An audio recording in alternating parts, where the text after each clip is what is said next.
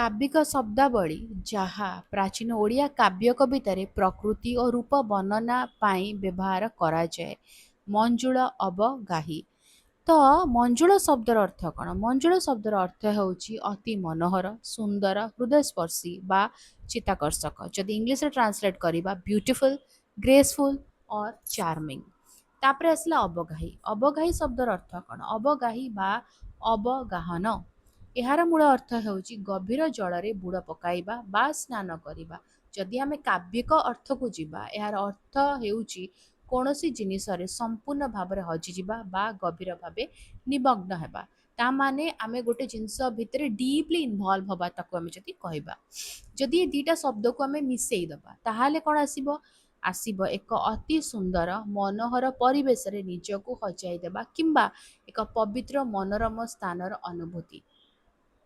ଯଦି ଆମେ ଆମର ଡେ ଟୁ ଡେ ବେସିସ୍ ଲାଇଫ୍ର ଲାଙ୍ଗୁଏଜକୁ ଯିବା ତାହେଲେ ଆମେ କହିବା, ଆମେ ଧର ଆମେ ଯାଇଛନ୍ତି ଗୋଟେ ଜାଗାକୁ, ଫର୍ ଏକ୍ଜାମ୍ପଲ୍ ଆମେ ଗୋଟେ ସୁନ୍ଦର ୱାଟରଫଲକୁ ଯାଇଛନ୍ତି, ସେଇ ଜାଗାରେ ଯେତେବେଳେ ଆମେ ସେ ୱାଟରଫଲକୁ ଦେଖୁଛନ୍ତି ଆମେ ତା ଭିତରେ ସମ୍ପୂର୍ଣ୍ଣ ଭାବରେ ହଜି ଯାଉଛନ୍ତି ବା ଆମେ ସମ୍ପୂର୍ଣ୍ଣ ଇନଭଲ୍ଭ ହେଇଯାଉଛନ୍ତି, ସେଇଟାକୁ ଆମେ କହିବା ମଞ୍ଜୁଳ ଅବଗାହୀ।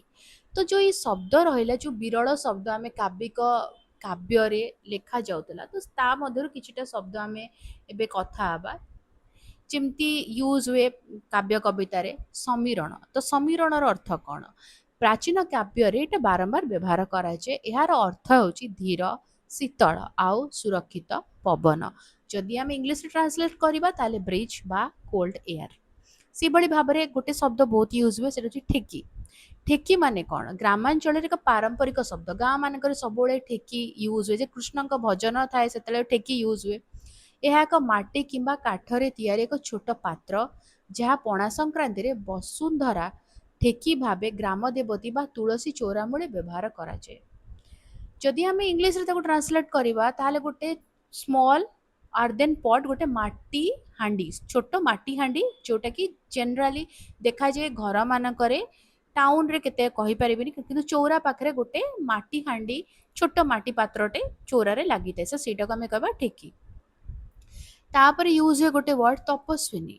ତପସ୍ୱିନୀ ହେଉଛି କବିବର ଗଙ୍ଗାଧର ମେହେରଙ୍କର କାବ୍ୟରୁ ପ୍ରସିଦ୍ଧ ଏହି ଶବ୍ଦଟି। ଏହାର ଆକ୍ଚୁଆଲ ଅର୍ଥ ହେଉଛି ଯେଉଁ ନାରୀ କଠୋର ତପସ୍ୟା କରନ୍ତି, ମା ସୀତାଙ୍କ ଅର୍ଥରେ ଏହାକୁ ବ୍ୟବହାର କରାଯାଏ। ତାପରେ ଗୋଟେ ଶବ୍ଦ ବହୁତ ୟୁଜ୍ ହୁଏ କାବ୍ୟ କବିତାରେ, ସେଟା ହେଉଛି ଦେହୁରୀ ବା ଜାନି। ଓଡ଼ିଶାର ପାରମ୍ପରିକ ଗ୍ରାମ୍ୟ ସଂସ୍କୃତିର ଶବ୍ଦ, ଗାଁରେ ୟୁଜ୍ ହୁଏ। ଗ୍ରାମ ଦେବତୀଙ୍କ ପୀଠରେ ଯିଏ ପୂଜା କରନ୍ତି, ଅଣ ବ୍ରାହ୍ମଣ, ଯିଏକି ବ୍ରାହ୍ମଣ ନୁହନ୍ତି, ସେଇ ପୂଜକଙ୍କୁ ଦେହୁରୀ ବା ଜାନି କୁହାଯାଏ। ଉତ୍କଳମଣି। ଦୁଇଟି ଶବ୍ଦର ବ୍ୟବହାର କରାଯାଇଛି। ଉତ୍କଳମଣି ଗୋପବନ୍ଧୁ ଆମେ କହୁ। ଉତ୍କଳ କହିଲେ ଓଡ଼ିଶା, ମଣି କହିଲେ ଆମେ କ'ଣ କହିବା? ଯେମିତି ଆମେ ମଣି କହିଲେ ଗୋଟେ ମୂଲ୍ୟବାନ ଧାତୁ, ଇଂଲିଶରେ କହିବା ଜେମ୍।